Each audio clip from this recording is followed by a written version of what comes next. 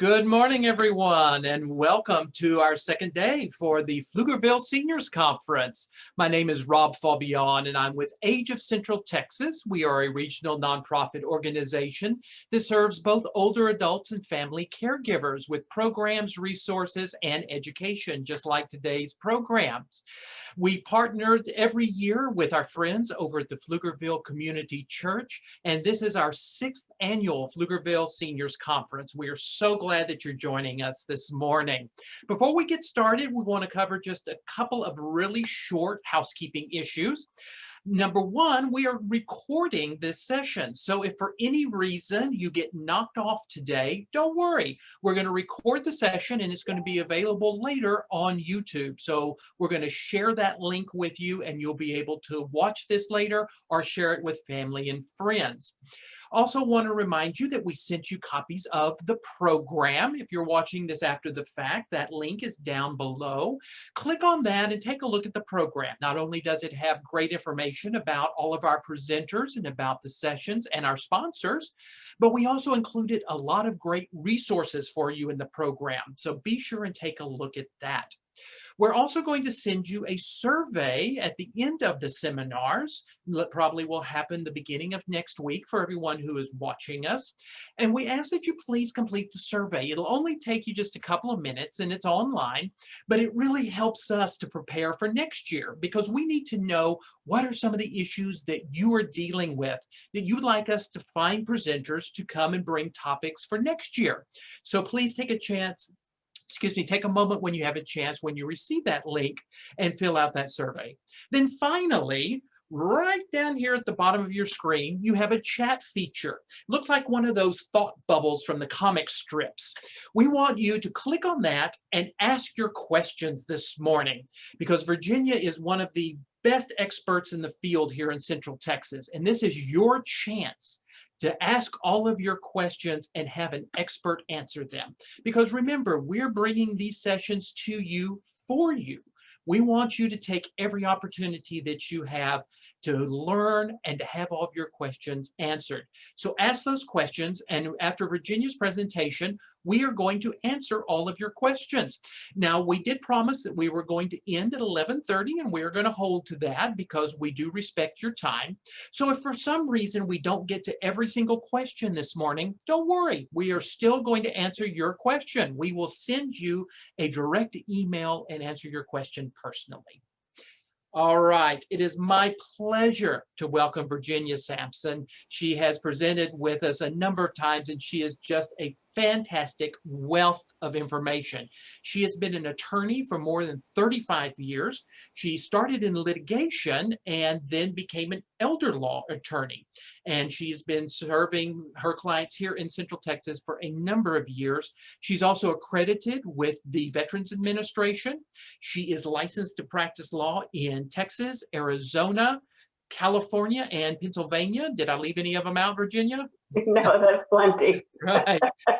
But most importantly, Virginia was a caregiver, not only for her parents, but also for her husband. So she has been on both sides of the fence with these issues. And so that brings just a wealth of information and experience to help all of us in our journey, whether we are caregiving, whether we're aging, or doing both. Virginia, thank you so very much for spending the morning with us. We so appreciate it. I am going to turn it over to you. Great. So Rob, should I do my screen share now for my PowerPoint? Is that good? Sure. Okay. Go ahead and share your screen and I'll verify when it comes up. All right. That looks great.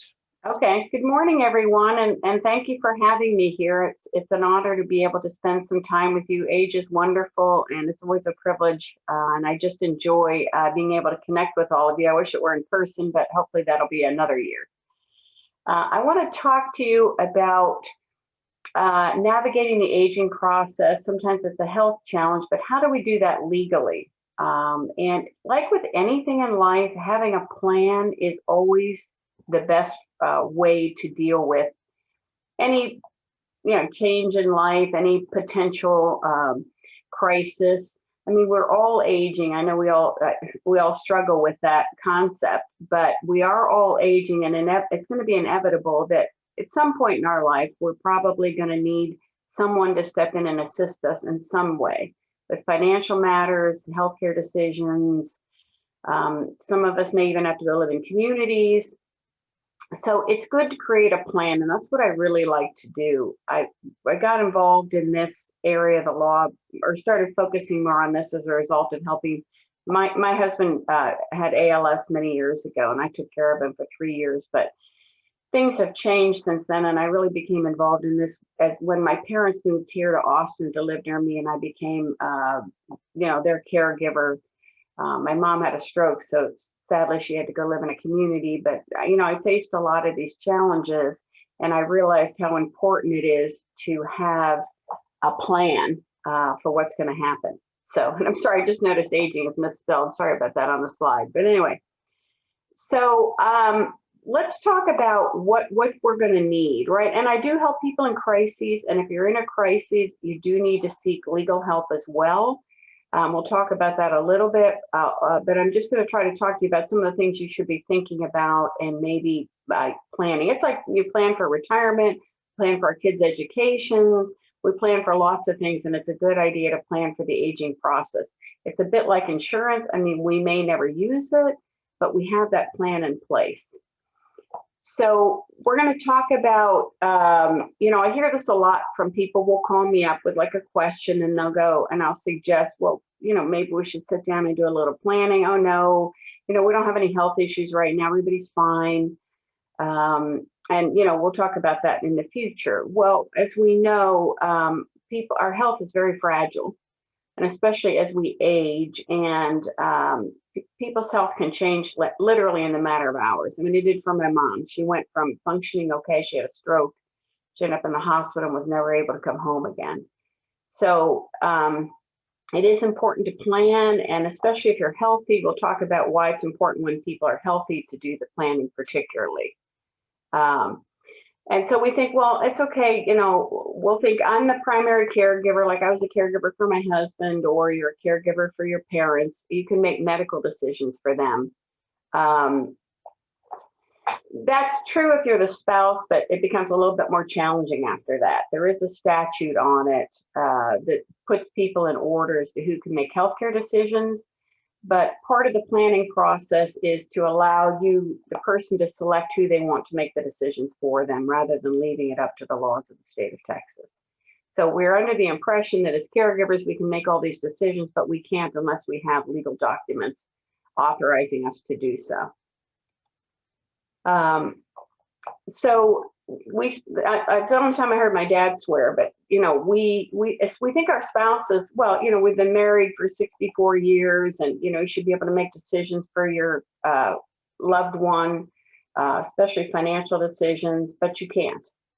If you want to do anything with a piece of real property or any titled piece of property, such as a vehicle, you have to have a specific written authorization to do so. Just is not automatic.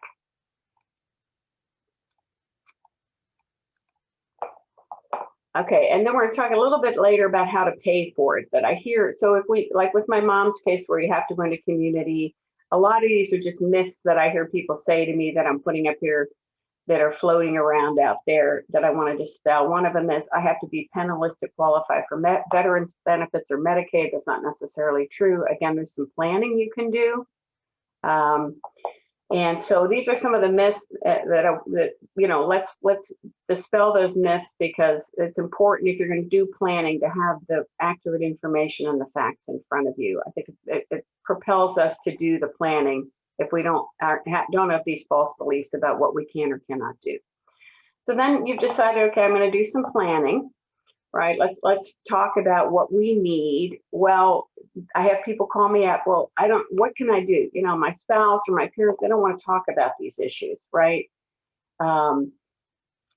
That can be an issue, and that's why I suggest that you do this, especially with older people when they're healthy, right? Because as they become sick, they start to already feel threatened, powerless, And in my case, my mom had dementia, a little bit paranoid, and they start to think that you're doing this because you want to take more power and more of their independence away from them.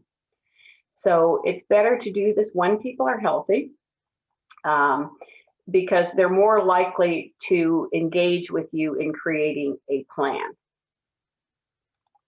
So what is the right time to talk to somebody about this? Well, legally, you can do it. Anyone who's 18 or older can create the kind of plan that I'm talking about in the event something happens to them. But certainly, again, you want to do it as we begin to age. If you have any even minor health issues, it's important to talk to people about creating a plan for aging and who's going to manage their affairs as they age.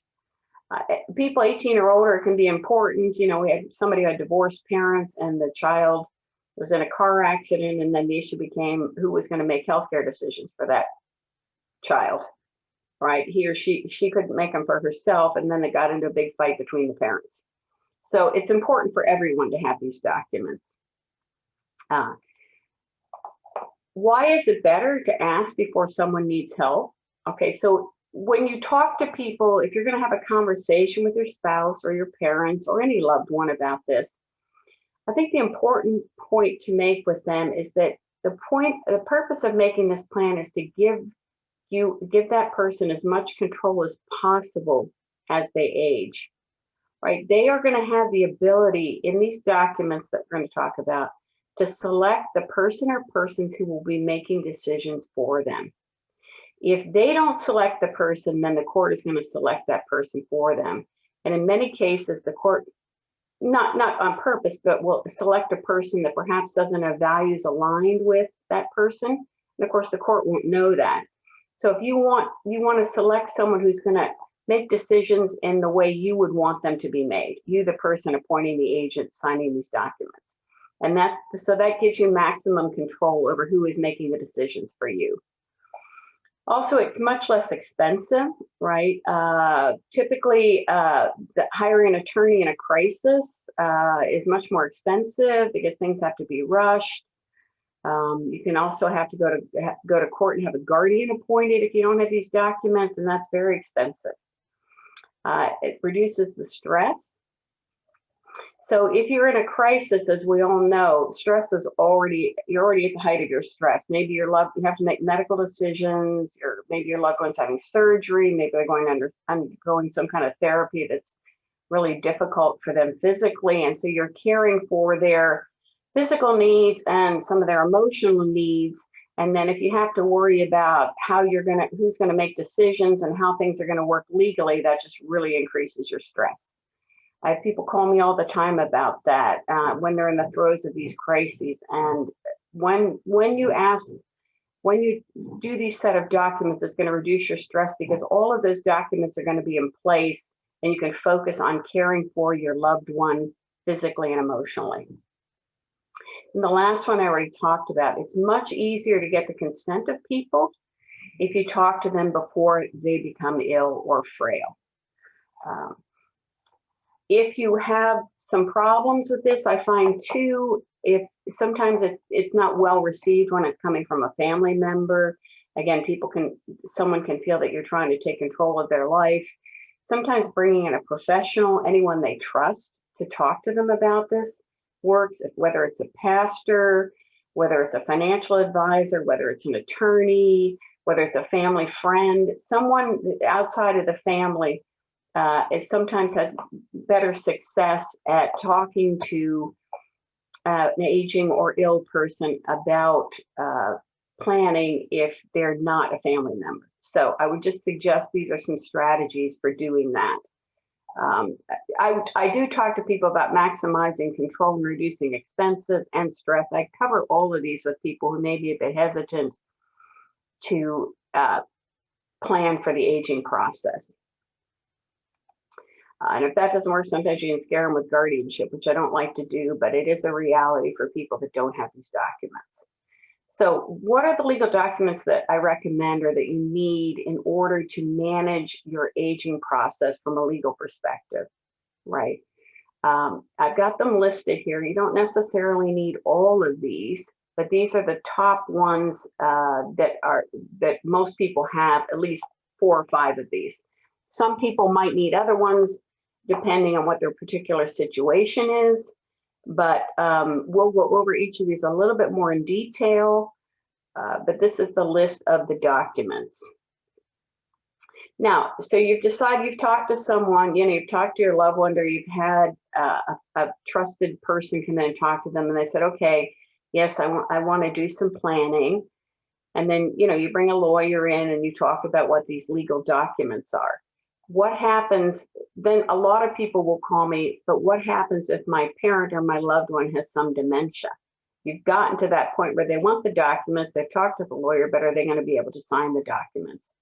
So the people who have dementia or Alzheimer's can sign documents.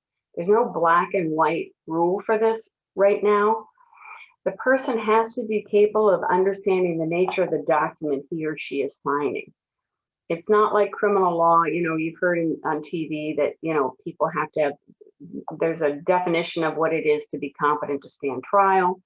We don't have that universal standard in elder law. It's typically up to the lawyer, and the lawyer assesses the mental capacity of the signer on a case-by-case basis. I mean, ethically, lawyers cannot have someone sign a document who's not capable of understanding the consequences or nature of what they're signing, because they have to, in order to be able to designate a person, they have to understand what they're doing, right? Or it's really not valid. So what I typically do with people is lots of times I'll just have a little conversation with them. What's your name? Where do you live? Who brought you here, whether it's their daughter, their wife, their cousin, whoever it may be. I don't ask time and date lots of times because heck, I don't know what the date is half the time, but just things like that to make sure they're a little oriented to time and place. And then I can assess whether I think that they can sign the documents. Now that they have to be, and I know people with dementia, my mom had times of the day that she was just much more alert than other times of the day. They don't have to be capable of understanding the nature of the document every single minute of every single day. It has to be on the day that, and at the time they sign the documents. So like with some of my clients that are a little impaired, I will get flexible. If they're not having a good day, we'll kind of reschedule to another day. But it has to just be at the time they're signing the particular document. So let's go over what we need. So when somebody becomes ill or aging, there may be periods of time, it could be permanent, it could be temporary, where they don't have the capacity to make financial decisions for themselves. I mean, we know that sometimes people with dementia can start mismanaging their funds, certainly giving them away, or they can become prey to financial fraud, oftentimes sadly from family members, but also from strangers. So what the durable power of attorney does is allow the person who is signing the document to designate an agent to make financial decisions for them. Now, that does not revoke the power of the person signing the document to make those financial decisions, but it does allow the agent, the person appointed, to step in and handle financial affairs.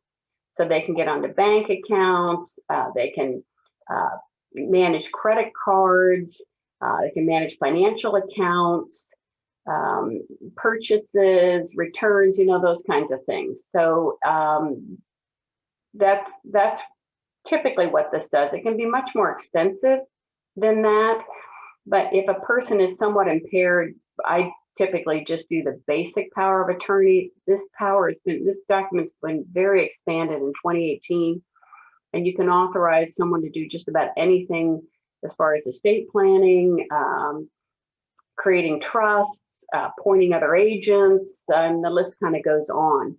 And so sometimes for seniors that are competent, I will recommend doing the extensive document, but for people who are somewhat impaired, sometimes all you can I feel comfortable doing is the basic power of attorney, which is just appointing an agent to make financial decisions for the person.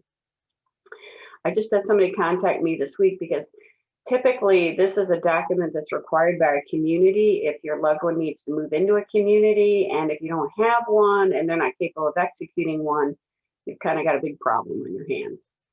That's when you're probably going to have to go get a guardian appointed. We'll talk about that a little bit later. So it's a very important document for you to have. Again, if the loved one has a house and you need to sell the house to raise money to pay for long-term care, if they're incapacitated, the agent can sign to sell that house and manage that money to pay for long-term care, whatever the needs of the loved one may be. We have the medical power of attorney. We talked a little bit about this. This is where the person signing the document authorizes an agent to make medical decisions for them. Again, there's a statute on this. So if it's a spouse, your spouse is automatically authorized to make medical decisions for you. Comes a little murkier after that. But of course, if something happens to both spouses, then that becomes an issue. So it's good to have this document. It usually, again, is required by a community. It permits the agent to order medical service for the loved one, to authorize treatment, not mental health treatment, but other treatment, and just to manage the medical piece of a person as they age. Allows them to talk to make the decisions when the loved one can't. This one, when you go to your durable power of attorney, which we mentioned for healthcare, this one can becomes effective when the person elects to have it. So you can have it effective the day you sign it, or you can have it effective the day you become incapacitated. So typically with younger people, I'd say, why don't you wait until you're incapacitated? If it's an older person, I typically recommend that it be effective the day it's signed. On a medical power of attorney, it does not become effective until the person is unable to make their own healthcare decisions. At that point, the agent steps in and starts making decisions for them.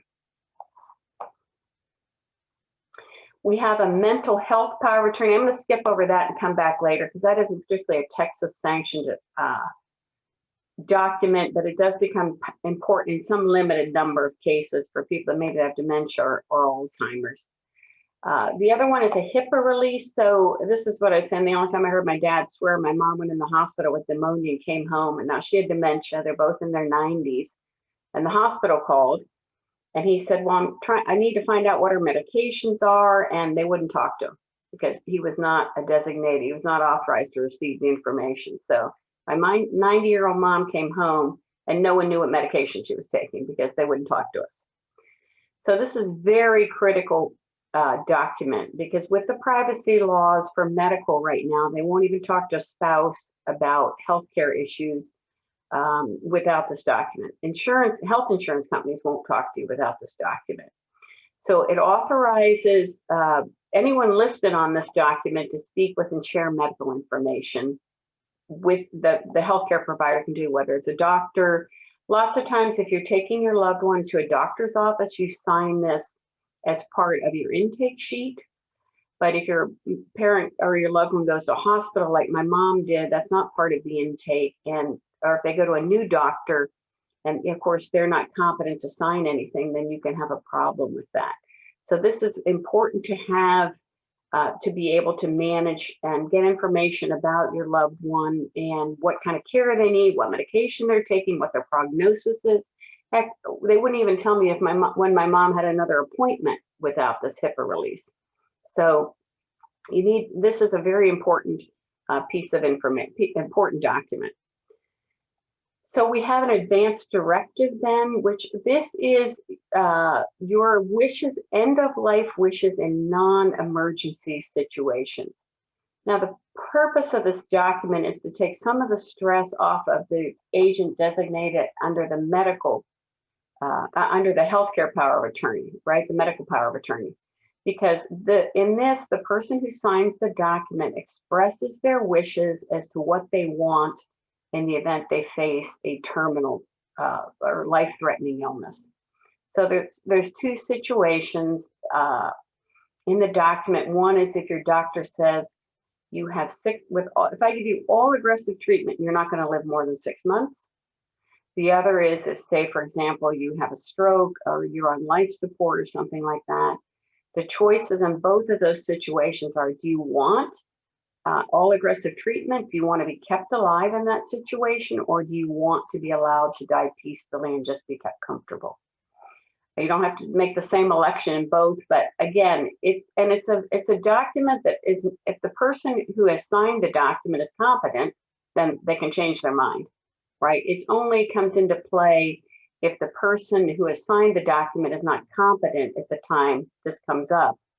And then the agent appointed under the medical power of attorney can look to this document and also provide it to the doctor or the hospital saying this is what their wishes are. And it takes a lot of stress off of your agent if they know what your wishes are ahead of time and they don't have to make those very, very difficult decisions. We also have an advanced directive in Texas for mental health issues, which is very similar. So your power of attorney, your medical power of attorney does not authorize you to make mental health decisions for individuals. It's kind of a big myth that you can make all decisions. It only allows you to make physical health decisions, not mental health decisions. And that becomes an issue with people with dementia and Alzheimer's. But on this document, this is more for people that have some specific mental health issues. You can express some wishes as to what kind of treatment you would want. Typically, I recommend people complete this with their physician because it does require some real knowledge of what kind of treatments are available and what the person signing this has discussed with their doctor. For example, do you want certain drugs? Do you want electroconvulsive therapy? You know, whatever those kinds of things are, you can exclude them on here and say, I do not want these treatments. And again, that's a much more limited situation that people would want that. But again, it is a document that's available. The other one is our declaration of guardian. So the point of all of these documents is to avoid going to court, right? As a former litigation attorney, the last place you want to be, in my opinion, is in a courtroom, because then you really do lose control. The judge, there's an opposing attorney, there may be other people that want to be appointed the guardian. And so the court is going to decide who will be the guardian for this person. And when you have to go to a guardianship proceeding is if somebody needs to make financial decisions for the person, and you haven't appointed someone under a durable power of attorney, or someone needs to make healthcare decisions for a person, there's no medical power of attorney, then your only option is to go and have a guardian appointed through the court. And the court people apply and the court selects who will be appointed the guardian. It can be the same person or two different people. You can have a different person for your guardian over your person, like that makes personal decisions for you, and another person for your guardian over your finances. Again, the point of all these documents is to avoid that. That's expensive, it's stressful, and it's time consuming. And lots of times, sadly, the person that you want to appoint the guardian over thinks they don't need a guardian, and then they become involved. And you can get into a real family dispute. And it's very stressful, especially for the person that maybe thinks they don't need a guardian and gets an attorney and gets involved in the process. So the point of all of these is to avoid that situation. And in most situations, you will be able to avoid a guardianship if you have all these documents. This declaration of guardian is a document that people sign in the event, and it's rare, in the event you would need a guardian, who would the person signing the document like to have appointed as their guardian? A guardian over the person and a guardian over finances. This still requires going to court, but it expedites the process and it stops some of the stress and divisiveness, because if this person appointed in the document, unless there's some red flag in their background, the court is typically going to appoint that person as your guardian. And you can also exclude people on this document. Like, for example, I had a woman whose son was a doctor, but she didn't agree with, she was more of a natural health person. So she did not want him being her guardian over her person. I've had some clients that have kids that they love, but they aren't good with money. They want to exclude them. So it's just a way, it's an insurance, it's like an insurance policy. You may never need it, but it's good to have it in the event you're presented with that situation. We have a do not resuscitate. So I think most people have heard about this, called a DNR. It's emergency situations. So we talked about the advanced directive. That's non-emergency end of life. This is for an emergency situation.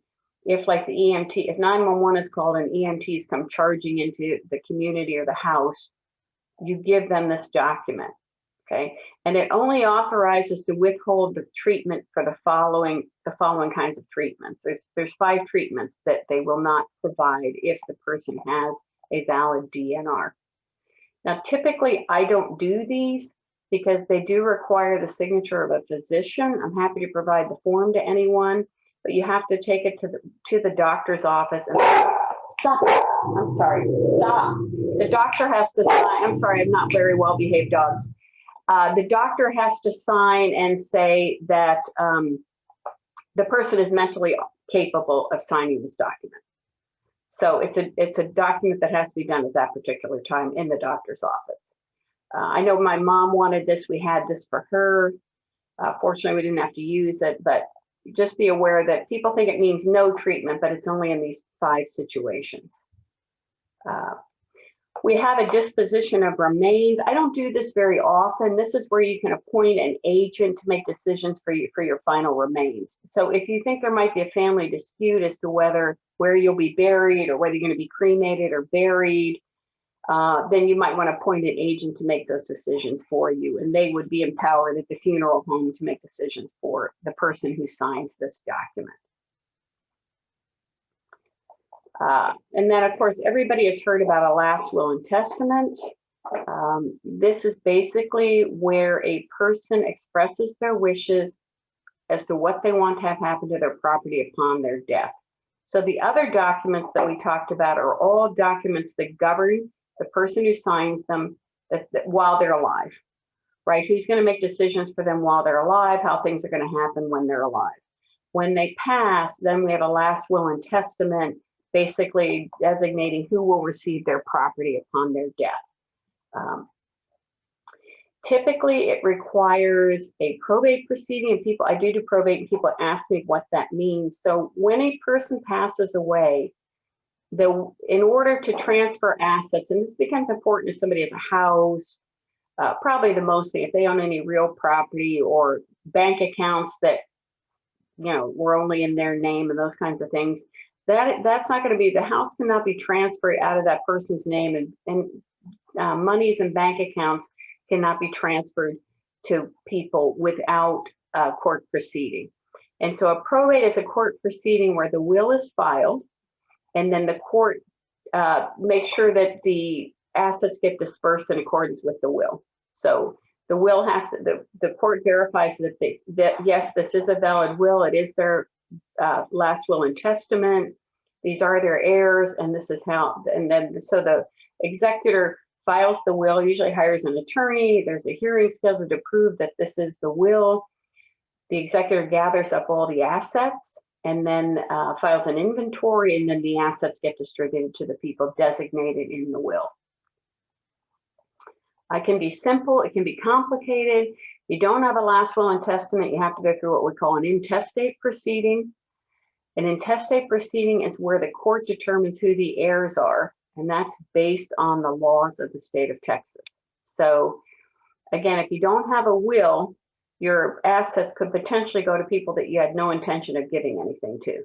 This becomes especially important in second marriages where each person had children from a previous marriage. It can get very complicated and messy, but it's important really in any situation if you want to be sure that the assets go according to your wishes.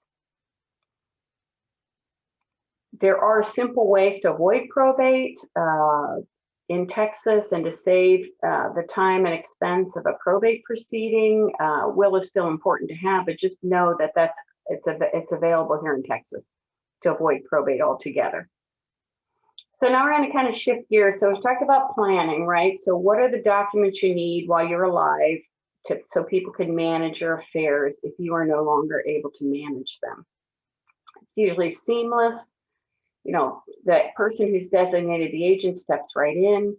And if you're going to do these documents, I recommend that you have one agent and at least one successor agent preferably 2. If you're younger and it's your spouse, I don't see any reason not to appoint your spouse as your agent. If you're older, I don't typically recommend that. But certainly, if you're going to appoint your spouse, then your successor agent should be somebody in a younger generation, right? Because something may happen to your spouse, or somebody could be temporarily unavailable and a decision needs to be made. So it's always good to have 1 or 2 successor agents.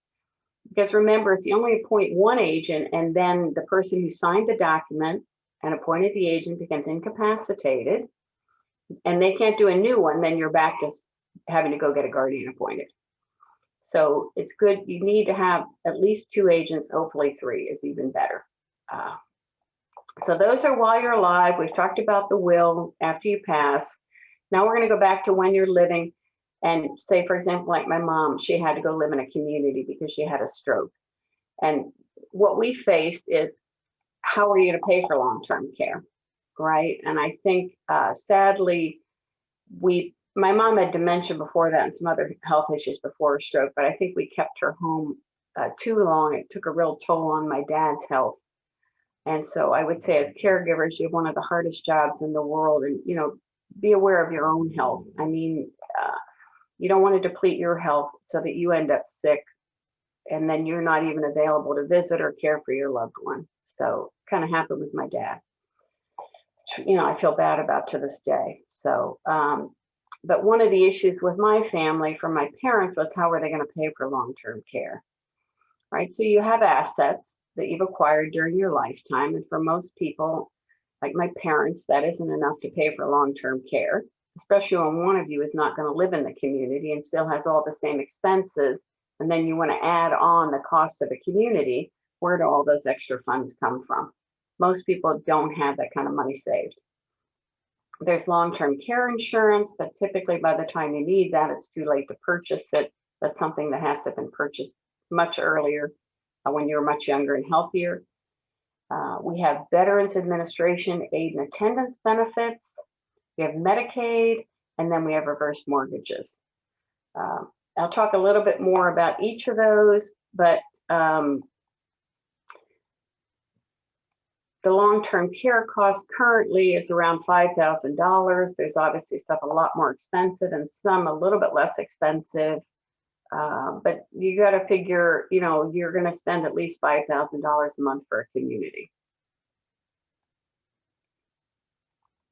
We talked about this. People really don't have enough assets to continue. Like my dad couldn't live at home and then come up with $5,000 from my mom. So that becomes a real issue at that time. And I think sadly, that's why we tend to keep people home too long. Not in the caregiver's best interest, but not also in their best interest. I know it's hard to part with them, but sometimes being in a community, being around other people and have access to medical and social interaction can be a real benefit to people. I know it was for my mom. She was very isolated at home when she got into the community, even with some dementia and the stroke, was able to go to happy hours, all kinds of events. She got all kinds of medical care therapy that was very difficult for her to get at home. The long-term care insurance, again, is something, if you're younger, you should consider. This is a field that's really changed. They used to rate policies, like the clients that I have come in have policies that'll pay them maybe $100 a day for 3 years. Some of them, if they're lucky, are lifetime policies. They're typically not writing those anymore because I think they've paid out too much on the claims that they didn't anticipate. But it is still available. If you have an insurance agent or a financial planner, certainly you can talk to them and be put in touch with someone if it's something that you're interested in exploring. If not for your loved one, perhaps for yourself. There are sometimes life insurance policies you can tap into for medical expenses and things, but obviously that's not a conversation I'm qualified to have with you. Just want to plant the seed that there are things available for you. And if that's a concern of yours, then I would suggest you contact a professional about that and explore what your options are. So we have Veterans Aid and Attendance Benefits. Excuse me. So this is available for veterans and their spouses. It's also available to a veteran who has a sick spouse. So if you are the veteran needs it, if a surviving spouse of a veteran, or if you're a healthy veteran and your wife is ill, this is a benefit that you may be eligible for. The military piece is not a huge requirement. You have to have served in active military for 90 days at least, minimum, with 1 day during a period of declared war. Now, the period of wartime is defined by the Department of Veteran Affairs, and it's set forth on their website specific time periods in which if you served 1 day active duty during that period of time, you qualify the military piece for that. Stop it. That does not mean you have to be in the war zone, right? You just have to be active military anywhere in the world for 1 day during this period of times. The veteran cannot have been dishonorably discharged. The veteran has to be 65 years of old, or it's eligible for younger people if they're permanently disabled. I'll go back to the 3-year look back period. That's relatively new, sadly. There is an asset limit of $129,061. I think I forgot to update this one. I updated the others. It's a little bit more like $130,000, but that's per individual or per couple. Now, some assets are exempt, such as your house, cars, personal furnishings, but pretty much everything is considered an asset unless the VA specifically has listed it as exempt. So we have the military piece, we have the asset piece, we have an income piece. Again, everything is considered income by the government. IRA income, pensions, retirements, anything like that, Social Security. Some disability can be exempted as income, but when it comes to income, it doesn't matter how much income you have. All that matters is that your medical expenses must exceed your income, even by some small amount, even $25 or $50 a month, right? And so typically, you can get this benefit at home.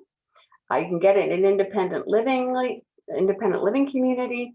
Typically, it comes into play more when someone goes into assisted living, because if it's done correctly, the entire cost of the assisted living community can be considered a medical expense. And at that time, typically that will exceed people's incomes.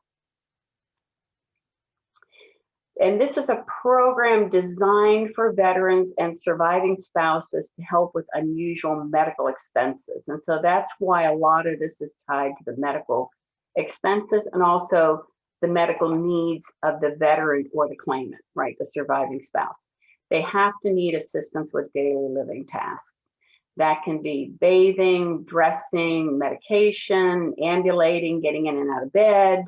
It does not include housekeeping, such as someone to clean the house, fix your meals, do your laundry. That's not considered a medical need. So it has to be a medical need, and then you can qualify. There is a 3-year look back period now, sadly, which means that if you cannot gift away assets and qualify for the benefit. So anything you have gifted away in the previous 3 years before you apply is still going to be considered an asset of the veteran or the surviving spouse. Now, that doesn't mean you can't spend down the money, right? If you've had more 3 years ago and you spent it on medical expenses, mortgage payments, whatever it may be, it's only a gift, not receiving fair market value for what you give away. So people used to give their money away to their kids or relatives and then say, okay, look, now I only have $129,000, $130,000. The VA does not allow that. If you've done that, you have to wait 3 years before you can apply for the benefit. There's ways to do some planning on this. It's much more severely limited since they put this 3-year look back in 2018. But there are some things you can do to plan to try to become eligible for this. Again, if you do a little planning, you can put things into a trust, and then the 3-year look back period starts to run. I've done that with a few people. If they know they're going to need the benefit down the road. So there's a little bit of planning that you can be involved to position yourself to be able to collect this benefit when you might need it. It's a pretty good benefit, right? So a married veteran is going to get almost $2,300 a month. A single veteran gets $1,900. You can see a surviving spouse a little over $1,200, and about $1,500 for a spouse that needs care. This is tax-free money. Typically, when you get the benefit, you have the benefit for life. They do increase slightly every year. It pretty much tracks Social Security. So about 3% a year it will increase. And for some people, that can make the difference between going into a community or not going into a community. Again, you don't have to be in a community to get this benefit. And this is only one benefit. The VA has many, many benefits. There's actually an office in every county called a Veteran Service or Veteran Service Benefits Office. Travis County has one, Hayes, Williamson. You can call and make an appointment, and it's their job to go over with you what all benefits that you will be entitled to. On the aid and attendance benefits, they don't help you do any planning. So lots of times they will tell people you're not qualified for the benefit, and that may be true right at that moment, or there may be something simple you can do to become eligible, but that's not their job, right? So just be cautious about that. Or sometimes I've seen where they just apply for people who aren't eligible, and then, you know, typically when you apply and you're denied for a whole year. So you want to be a little bit careful about, you know, applying if you don't feel that you're eligible right at this particular time. You want to do a little bit of planning. Medicaid facts. So we're talking about, so we've got VA benefits. These are the only two government benefits I'm aware of. So we've got the VA aid and attendance, and then we've got Medicaid. So Medicaid is different for every state. And again, Medicaid has a ton of programs. The only one I'm talking about here is that one will cover almost the entire cost of the skilled nursing community. All right. And the criteria for each state is different. So if you're bringing a loved one here from Michigan and they were on Medicaid in Michigan, it doesn't necessarily mean they're going to qualify in Texas. So I just want to caution you about that. It has to be, so the VA gives you the money and they put it into your checking account and you can use it however you want. Medicaid goes to the community where you live. The community where you live is directly paid for the person's care. And it does cover almost the entire cost of the community. As you see with the VA benefit, it's just a designated monthly amount. This is for, these are for single people. You can have $2,000 in assets and about $21.99 in monthly income. It's a little bit higher for a couple, but remember there can be some planning that can be done with this too. There's a 5-year look back. There's penalty periods if you've gifted money away, but those penalty periods can be reduced by purchasing certain types of annuities, certain types of insurance policies. So there's some planning that you can do to qualify for Medicaid too. And again, some assets are exempt, like your house, as long as you own it. Of course, with the VA benefit or Medicaid, if you sell your house, then you lose that exemption, right? Because you converted it to cash. So Medicaid is an option. The downside, of course, is that they're not always the nicest communities. I mean, my mom was in a skilled nursing community. I mean, she didn't have Medicaid, but it's not the nicest place. So I would say it's the last resort, but it is available for people. There is a medical piece to it. Obviously, you have to it's for people who need 24/7 care pretty much. And there's a whole medical piece to this as well as a financial piece. So depending on what your loved one's physical or mental condition is, I think dementia does qualify you now. They can qualify for this skilled nursing.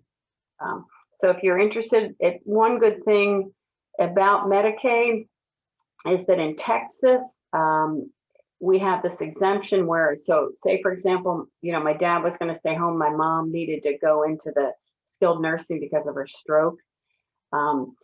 The state allows, I think it's up to a certain amount, but the state allows the person who's going into the community to transfer their assets to what we call the non-community spouse, and that person living in the community can immediately qualify for Medicaid. So, but you can see now why it's important to have the documents, because if my dad didn't have power of attorney from my mom, then he would not be able to transfer the house and all kinds of things to himself. Not the house is exempt, but transfer other assets to himself so that my mom could qualify. So that's an important piece of it, is to be able to transfer assets to qualify for Medicaid. Someone has to be the agent designated to do that for the one going to live in the community, the facility. Now, I mean, if they're mentally competent, they can do it, but lots of times if they're going into skilled nursing, there's reasons they're going in, and a lot of those have to do with dementia. They could be on medications that impair their cognitive abilities. So you need to have that document to be able to do this Medicaid planning. Same thing here, you cannot gift away assets. That's what the 5-year look back period is for, and then qualify for the benefit unless you are married. You can gift them to your spouse, but other than that, you cannot gift them to people. So it's a little harder for single people with assets to qualify for Medicaid. Married people, you know, it's not as difficult. And so I would caution you, don't do a lot of planning on this ahead of time, because people can actually mess it up. In my experience, if your loved one goes into the hospital and then into a rehab community and you don't think you can bring him or her home, that's the time to look into Medicaid, especially if you're married. You can talk to someone, a lawyer or consultants that work with lawyers, to find out how you can structure that asset so that that person can qualify. I haven't checked on this recently, but lots of communities will have somebody live there, Medicaid pending, knowing you've applied, knowing that the money will come to them when the application is approved. You know, there's horror stories. I have people call me where they find out 2 days ahead that their loved one is going to be released from the rehab and they have no place for them to go. So just know that if you can get them into skilled nursing and they're going to qualify for Medicaid, lots of times you don't have to put out that $5,000 or whatever it is a month if you've applied for Medicaid and it looks like you're going to be approved. That's really all I have, except I wanted to say and put in my, please take care of yourself, because that is the most important asset for your loved one. You know, show yourself some care and concern. Really, please do take care of yourself. Like I said, I feel bad to this day. I don't want to cry about my dad. I think that we were not, he never complained, and we didn't realize, I mean, I saw him 3 or 4 times a week. I took him out to eat. We did all these things, but I didn't guess I realized what a toll my mom's dementia was taking on my dad. And so I would say, please, you know, be aware of what you're going through as the caregiver. And if it's time for you to get support from age, to get some of these programs, or to even put your loved one into a community. I know that's a very difficult decision, but if it's your health or theirs, then I'd say that's something you need to seriously consider. So I'm happy to answer any questions for the next 30 minutes. Super. Thank you so much, Virginia. I'm going to ask you to unshare your screen if you don't mind. And we've got a very quick video. I'm going to give you a couple of minutes to catch your breath, because that's a lot of information and a lot for us to unpack so that we can start thinking about the questions. So I've got a very quick video here that I want to show from the folks over at the Pflugerville Community Church. They have got a wonderful program that is specifically for older adults. And if I can find the video, you know how you plan everything, you get it all set up, you're ready to go, you click share your screen, and it's not there anymore. You know how those like dogs barking. Yeah, dogs barking, all that good fun stuff that happens. So I tell you what, I'm good, since I've got to go back and find it again because it disappeared off my screen. Let's just hop into some of the questions real quick. Number one, we talked about all these documents that we need to have. Which ones can we do ourselves, and which ones do we need to have an attorney do them for us? I know there's some that you can find online. The state of Texas has some that you can download directly. Which ones should we go to the attorney and make sure that we're doing them right? Well, I think it depends on how complicated your situation is, right? There are some online, I think, gosh, I just looked the other day. I can't remember the name of the agency, but I think the HHS, Health and Human Services, has some on there. If it's not a complicated situation, if there aren't a lot of assets, or you're not having a big potential dispute between family members, then yeah, I think you're safe to do documents online, simple ones.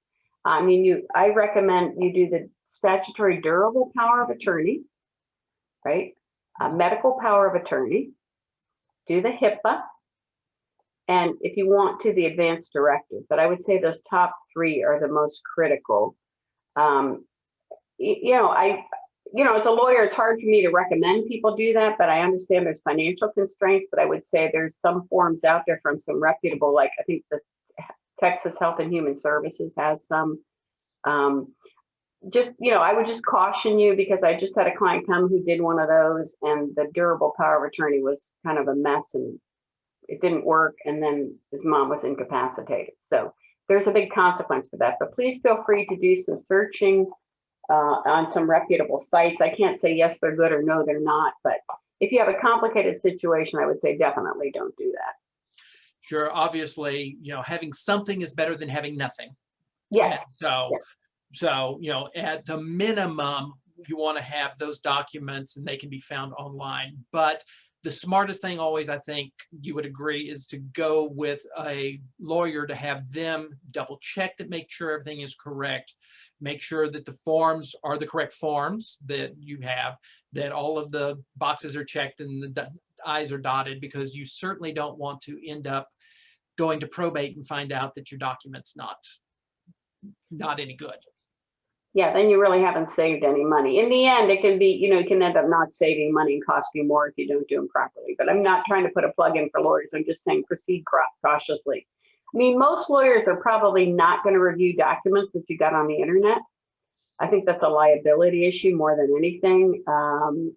I have a practice that I don't do that. It's not to be difficult, but it's just that, there's a liability issue, and these documents, can be a couple of words that can be off that you might have missed. So I would say if you think you want a lawyer to review them, you're probably just better off going and having the lawyer do them. I don't think it's going to save any money to have them review them either. Sure. And what is the average cost of having a lawyer put together this package of all of these documents? So I do it for a package of 5 documents. I'd say it ranges, usually about $600, I would say. And that involves meeting with the client. Most lawyers are doing it via Zoom, finding out what they want. The person usually completes some type of an intake sheet. They go back to the lawyer. Then the lawyer looks at it, asks questions, prepares the documents. And there's another meeting to go over the documents. And then if everything's good, there's typically a third meeting to actually execute the documents. Now, documents right now, we can notarize them via Zoom because of COVID-19. I don't know how long that will last, but that makes it a little bit easier for people not having to go to offices. And I know, I give discounts to some seniors that have financial issues. I think a lot of lawyers do. So a lot of it's just going to depend on what your financial situation is. I really want to encourage people to have these. So I would say, yeah, I would expect around $600 for a set of 5 documents. Okay. And again, that's just to make sure that everything is correct, that, the last thing you want to do is to end up in an emergency situation when you don't have any of these documents at all. And it just causes more chaos at a time when you don't need chaos. So as you mentioned, it's like an insurance policy. It's best to go ahead and have these things, even if you don't need them. You certainly would hate to be in a situation where you needed them and you don't have them. Yeah, it is like an insurance policy. You may never use them, but then you may use them all the time. Right. And of course, as we all are getting older, that at some point we're probably going to run into a situation where we are going to need these. Could you very quickly repeat what those 5 major documents were? Sure. So statutory durable power of attorney, which is the one for financial decisions, right? You appoint an agent to make financial decisions for you. The second one is the medical power of attorney, which is where you appoint an agent to make healthcare decisions for you. The third one is your HIPAA release, which authorizes people to have access to all of your medical information so they can talk to healthcare providers, but they can also talk to insurance companies.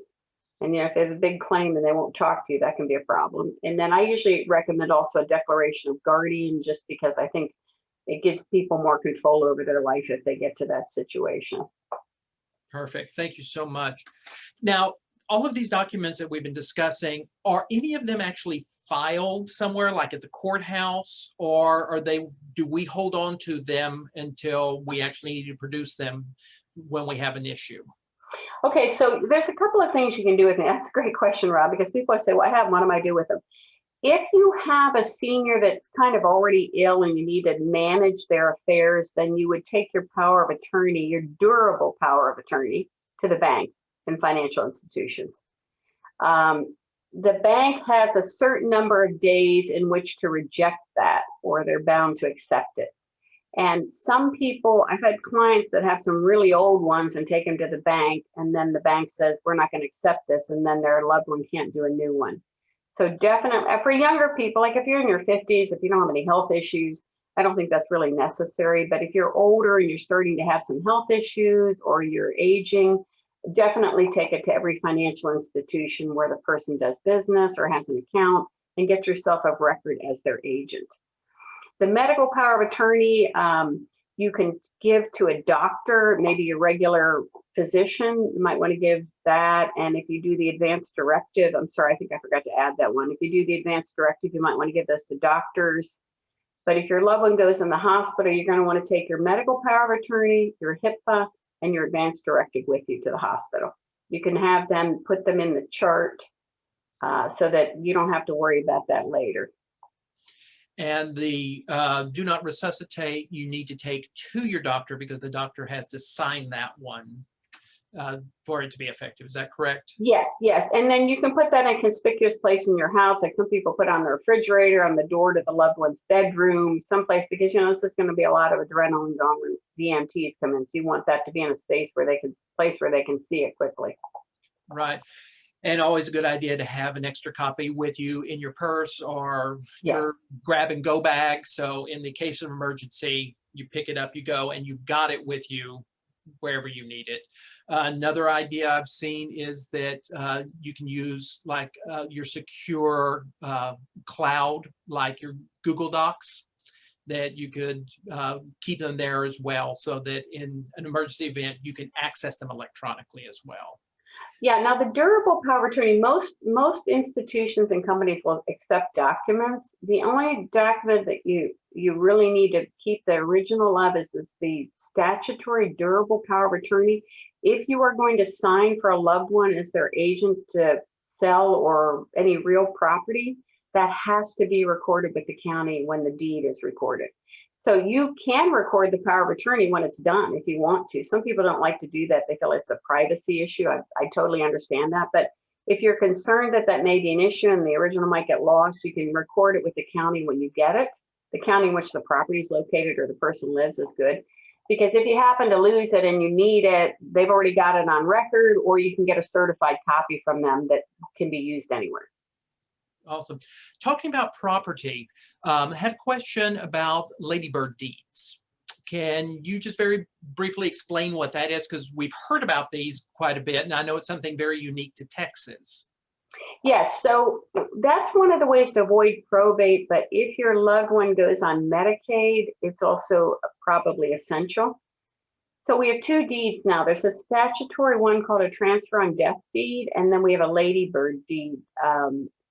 And so both of those transfer ownership of real property to the designated person in the deed immediately upon the death of the person who gave the property away, the grantor, we call it.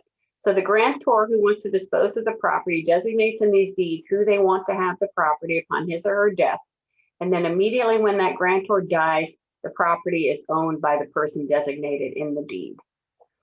That avoids probate, but also, so Medicaid, in the state of Texas, Medicaid, when a person dies, if they still own a house and they've received Medicaid benefits, they like to put a lien on the property, the house, for repayment of the benefits that they have given to that person.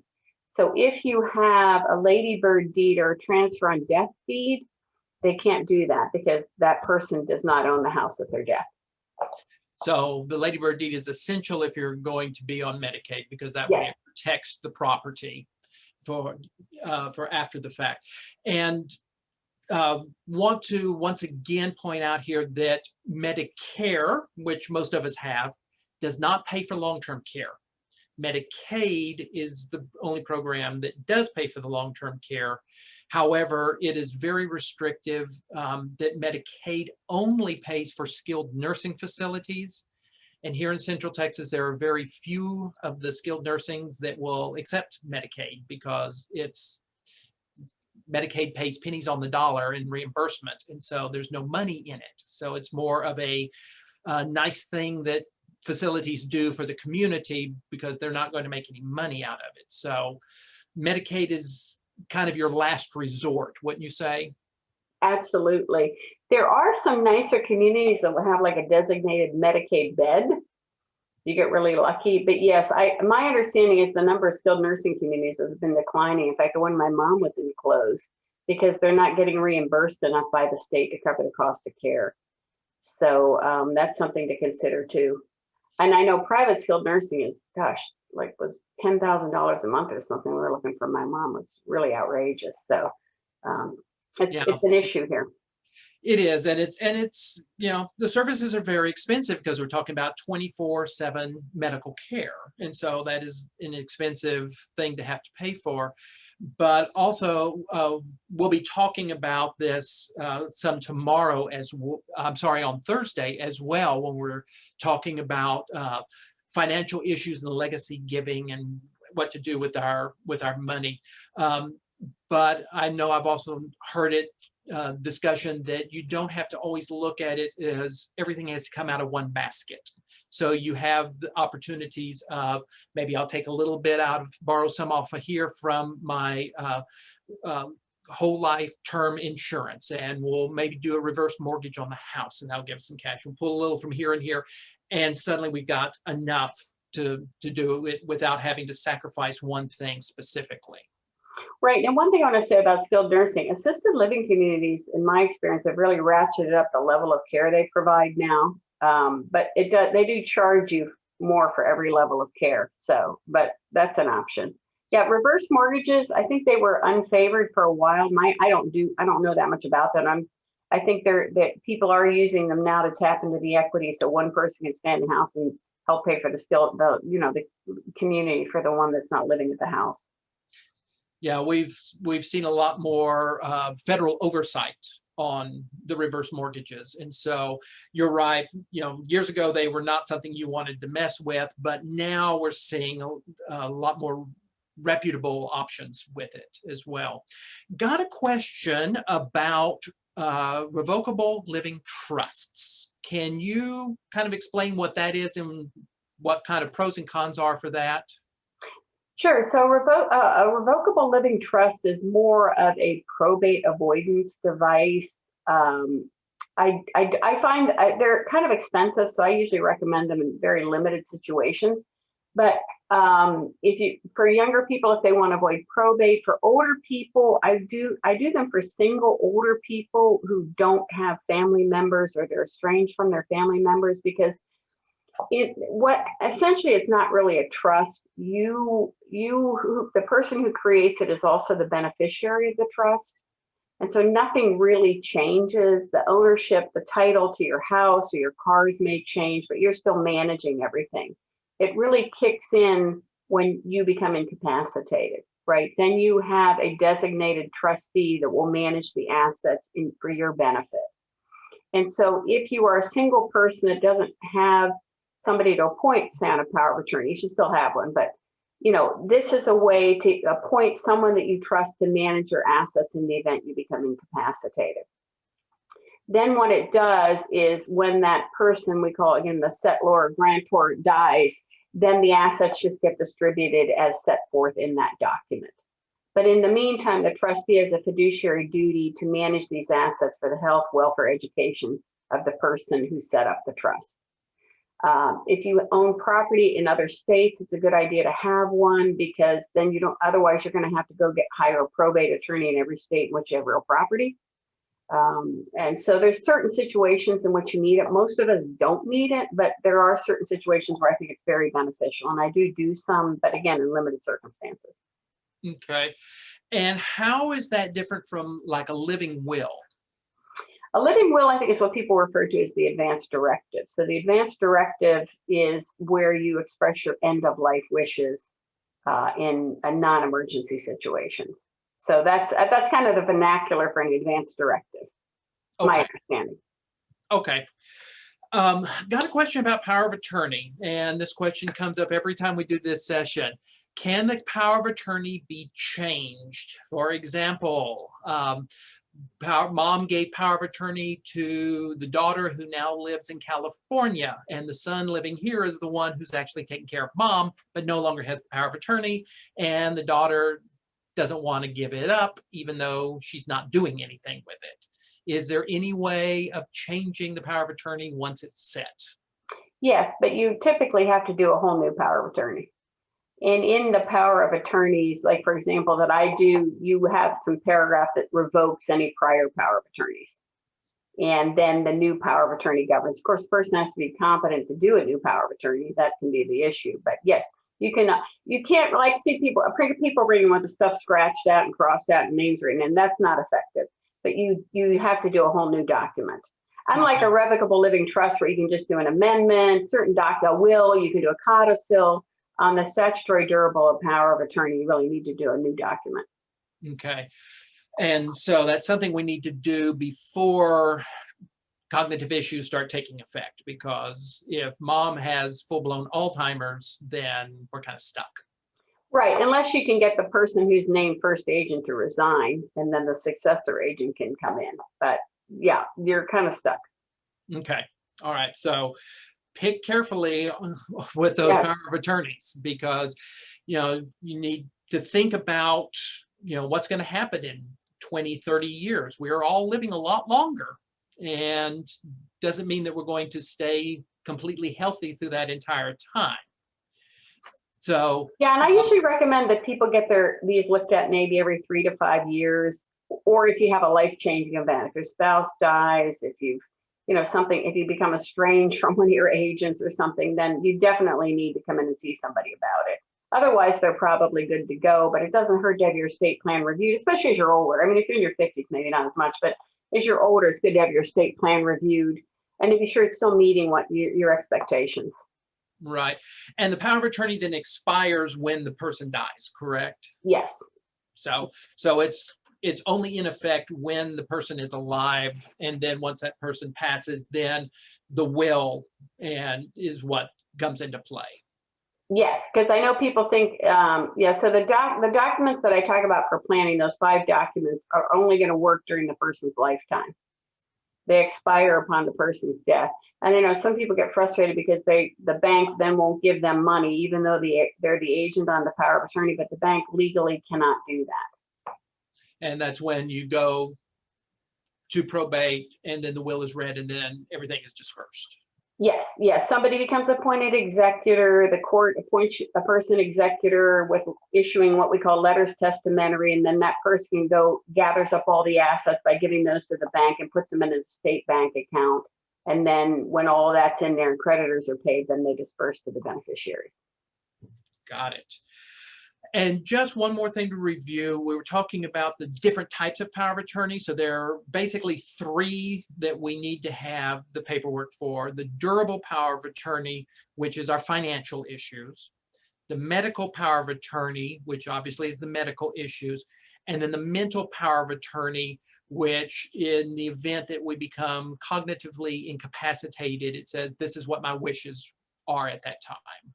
Yeah, so we have a mental health directive as a Texas form, which it's like your advanced directive, what treatments you want in the event you become incapacitated. I really didn't talk a lot about the mental health power of attorney. It's not a Texas sanctioned document, but we have 2, we're not allowed to call them psychiatric hospitals. I'm sorry, I'm not PC, behavioral health institutes in Texas, one in Georgetown and one in San Marcos Oceans and the Georgetown Behavioral Institute. So they're short-term communities. I'm not aware of any long-term. And so in speaking with the admissions people there, say, for example, remember, lawyers are doom and gloomers. That's the bad part of the job. We always have to talk about if the terrible things happen. But people with dementia or Alzheimer's can become violent, and they can no longer live in their community. And so then they have to be taken to one of these psychiatric hospitals. And what they typically try to do, my understanding is the longest they want them to stay is about 2 weeks. They adjust their medications so that then they can go back and live outside of the hospital. But in order to do that, they have to be committed, because they're not going to say, oh, please take me to the hospital.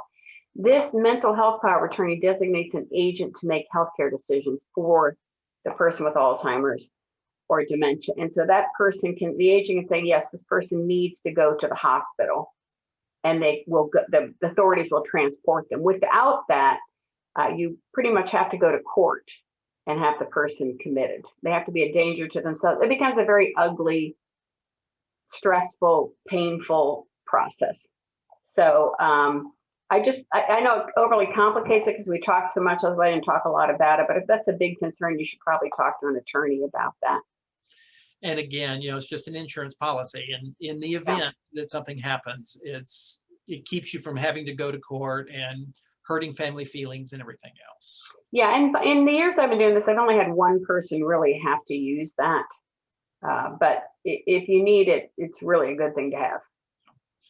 Got another quick question about a revocable trust. This person says that they had their revocable trust done, but they haven't completely had it funded because their Social Security checks go into different accounts. Is there any way to pull it all together into one? Well, you don't have to have, in my experience, this is my opinion. Okay, other lawyers may differ. You don't have to have all of your bank accounts in the name of the trust. That's what I think that. So if you have an account that your Social Security goes into and you use that to pay bills, that doesn't necessarily have to be titled in the name of the trust. That does not invalidate your trust. It just means upon your death, that asset is not going to pass according to the terms of your trust. Right, and you can, in Texas, one of the probate avoidance devices is you can list beneficiaries on bank accounts. And I recommend everybody do that. And so if you're concerned about that, you can list on that bank account that your Social Security check goes into the trust as the beneficiary, and upon your death, the bank will pay it to the trust. Okay, so that's an easy way of combining them. Yeah, the trust only works for assets that are owned by the trust. But if you have assets outside of it, and you want to designate the trust as a beneficiary, then you can do that. I mean, that kind of, it gets complicated, but that's a simple way to do that. Sure. We're talking about a revocable trust. Is there such thing as an irrevocable trust? Yes. And how do the two differ?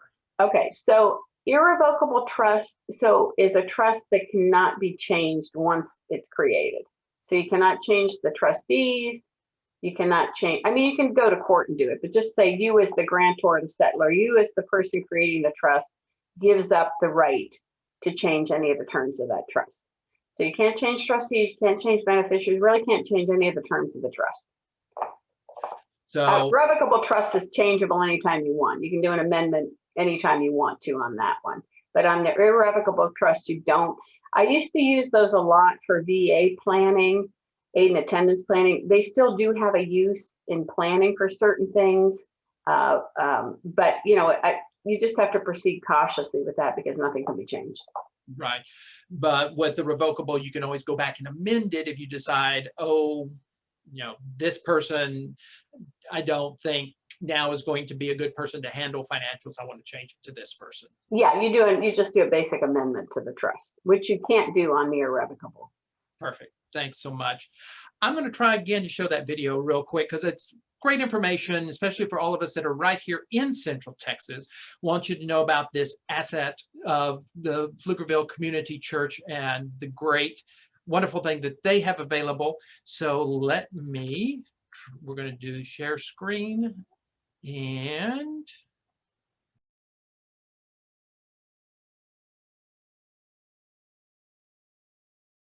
we're excited to tell you about the Pflugerville Community Church 50+ ministry. We call ourselves the PCC Health Nuts. We're a group of seniors caring for seniors by promoting healthy minds, bodies, and spirits. This is our 9th year and we're still going strong. All of our classes are free and directed towards seniors, but all ages are welcome. Membership at PCC is not a requirement to participate in any of our classes or events. Our primary goal is helping seniors stay fit and healthy. To accomplish this, we offer online and in-person fitness classes daily. Our classes for core strength and cardio are Monday, Wednesday, and Friday. On Tuesday and Thursday, we concentrate on breathing, balancing, and stretching. Although the exercises are designed for seniors, they will enhance your ability to stay healthy and active no matter your age. All of our exercises can be modified for our wheelchair or sedentary participants. Recently, we've also added line dancing. Line dancing not only keeps your body moving, it also keeps your mind sharp by learning and remembering the new dance moves. With the expansion of Zoom and YouTube, viewership is endless. Anyone with a computer, iPad, or a cell phone can participate. If computers are challenging for you, a member of our leadership team can help you get it all set up. Just ask.